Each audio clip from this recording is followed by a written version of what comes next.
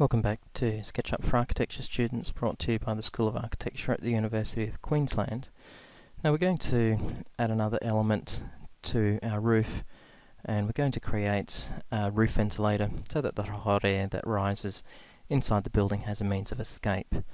Now it's primarily to demonstrate how we can use the Follow Me tool to make lathed elements, or elements that are kind of rotating around a central axis. So like I have done in the past, I'm going to create a template for this in the ground plane. So I'm going to just use my pencil tool to make an element.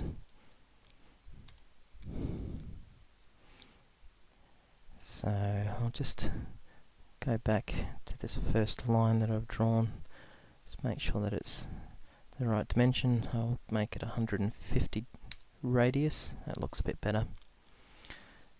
Now what I'm going to do,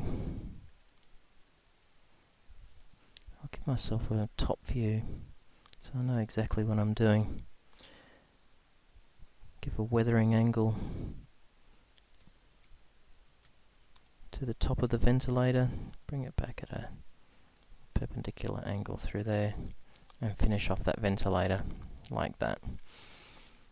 So that's a simple half section through the ventilator.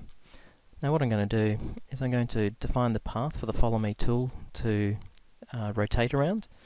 Now if I try and draw on the ground plane through here, it's snapping to the ground plane, which isn't helpful to me because I need the circle at perpendicular to that element. So what I'm going to do, I know that this is a component, so it's not going to affect it if I draw on here. I'm just going to draw a circle any old size, double click on that, then I'm going to move it into location. I'm going to just get rid of that surface. Now in the exact same way that we made the trim around the window, I'm going to select the path that I want this to rotate around, then select the Follow Me tool, select the surface, and there we have it. The element has rotated and we have this funny mushroom shape as a result. Now I'm going to triple click to get all of those elements selected, go to roof cladding. I'm going to fill it, oops, that looks like a wood. I'm going to fill it with the roof cladding so that it matches the rest of the roof. Triple click it again, going to make it a component. Let's call it roof ventilator.